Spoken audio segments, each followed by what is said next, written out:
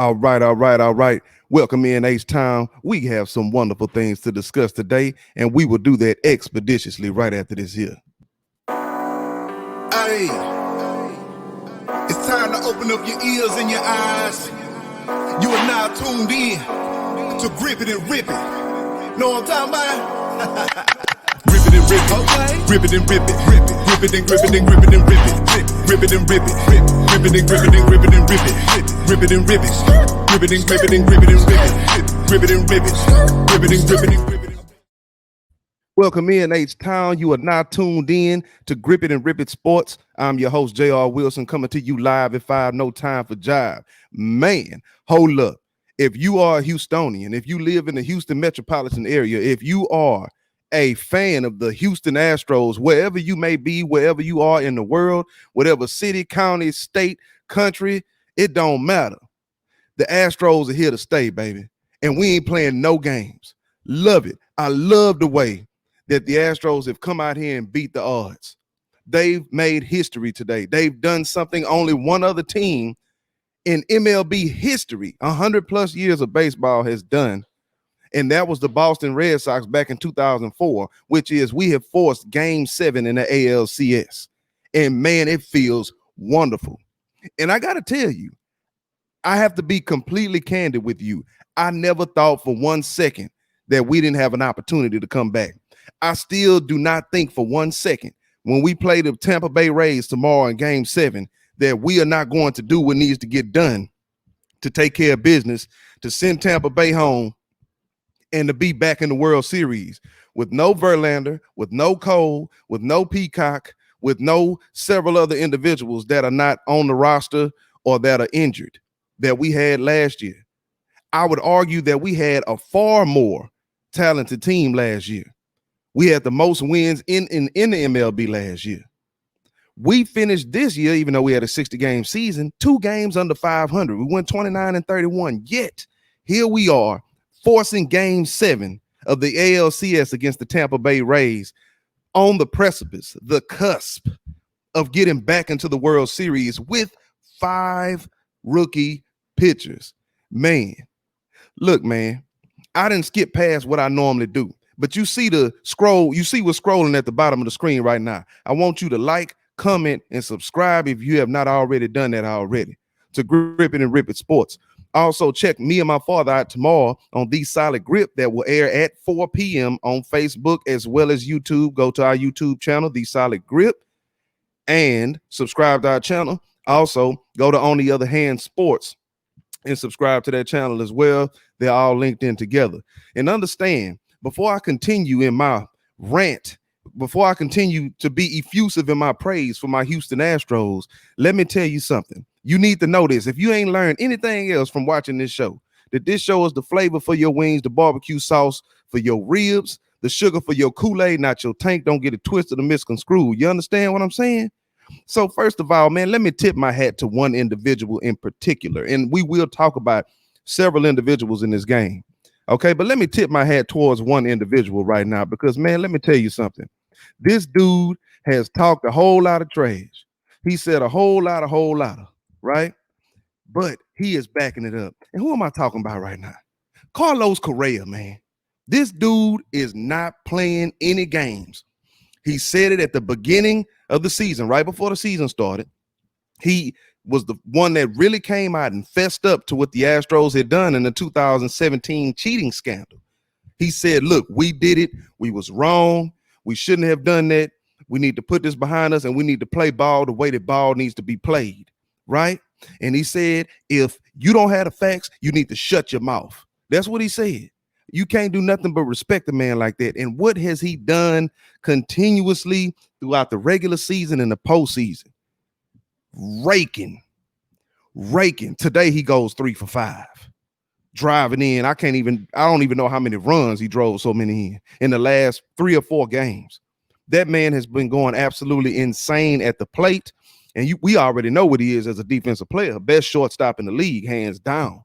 I don't care what anyone says. Not Francisco Lindor, not Manny Machado, Carlos Correa. And look here, I'm going to adopt what Clint Sterner and Show from Sports Radio 610 called him. His name ain't Carlos no more. is Los Correa.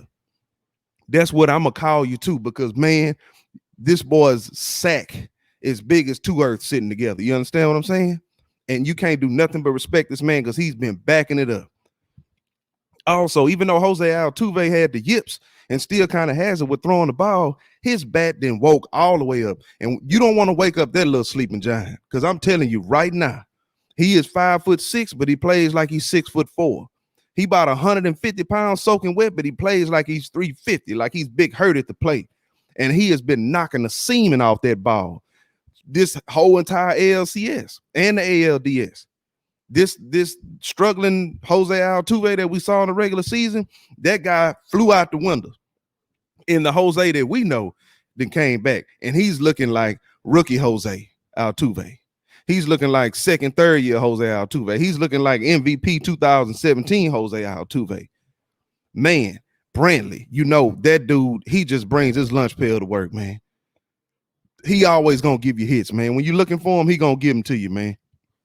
He's the best hitter on the team, in my personal opinion. He is what he does is perpetual. And what's even bigger than what he does as far as his hitting is concerned is how he has helped Kyle Tucker slow his swing down, slow his eyes down, and really put wood on the ball. And that's what Kyle Tucker has been doing. He's been raking, right? Now, Alex Bregman and Yulieski Gurriel, I don't know, they can't buy a hit right now. But it's cool. They being held up. They being held up by Jose Altuve, Carlos Correa, Michael Brantley, right? I mean, my God. And let's not just talk about the hitters, right? Let's also talk about the pitching. We have 5 rookies pitching for us that we rely on. They're not some guys that we throw in there because we don't have anyone else to throw in there. They are guys that we actually rely on. And what have they been doing? Producing.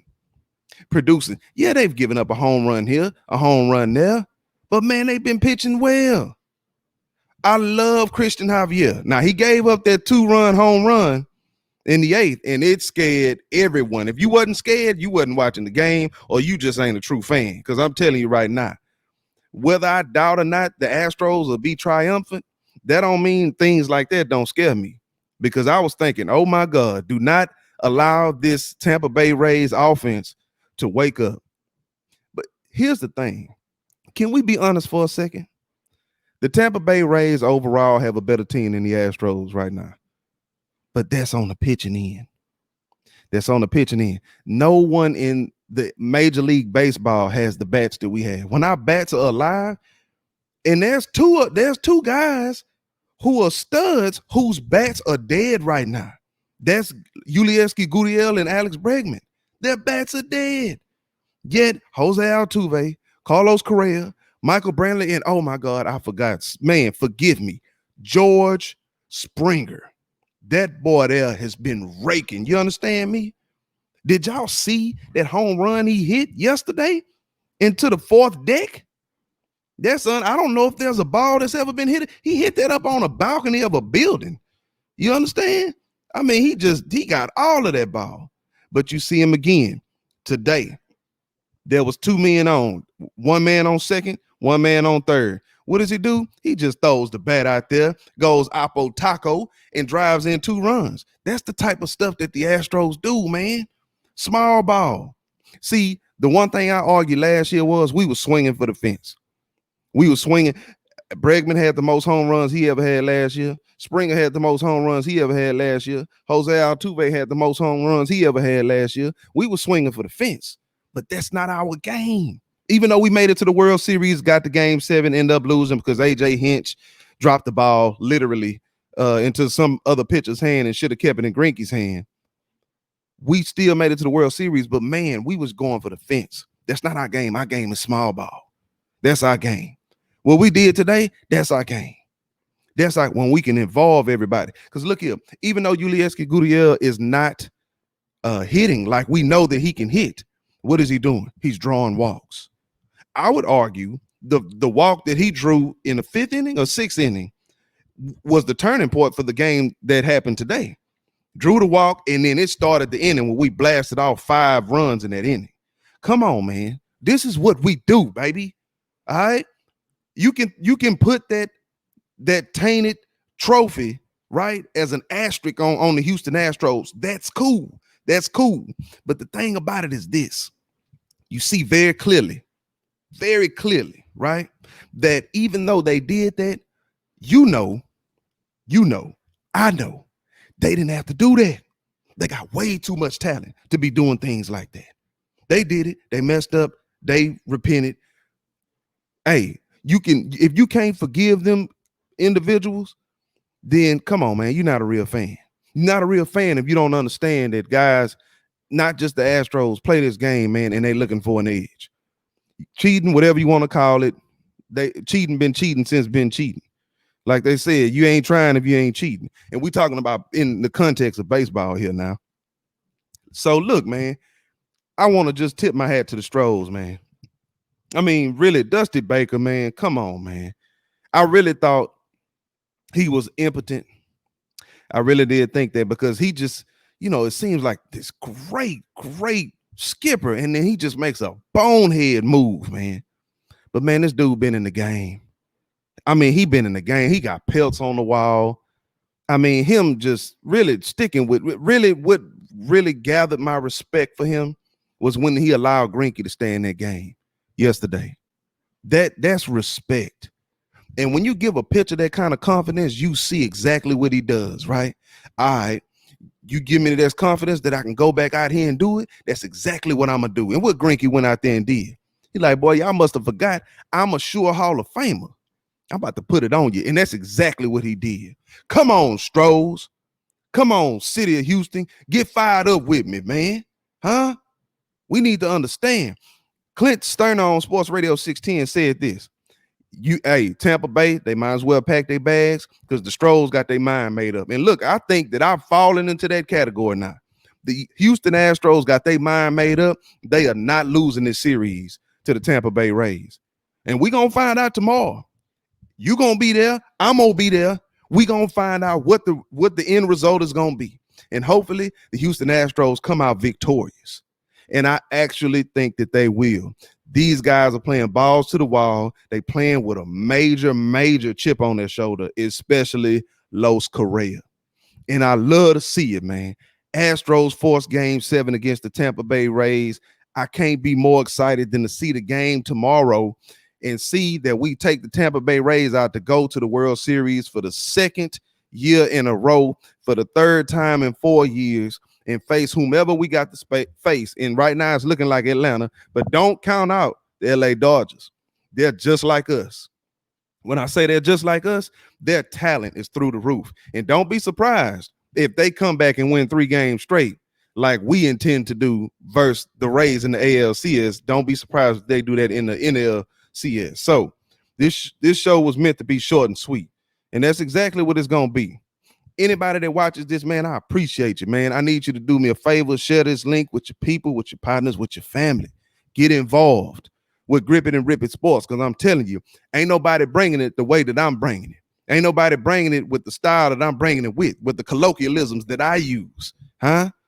So with that being said, man, everyone that watches this, man, thank you so much. Y'all keep on watching. I'm going to keep putting this flavor in your ear like Craig Mack, okay? Go Stros, go Texans. Good luck to the Texans on Sunday as we will massacre. There will be a massacre, okay, of the Tennessee Titans who claim themselves to be the Oilers. They not the Oilers, they the Titans. There will be a massacre because I'm going to tell you this. Deshaun Watson don't lose to the Titans. Grace and peace to all y'all, man. Hey, it's time to open up your ears and your eyes. You are now tuned in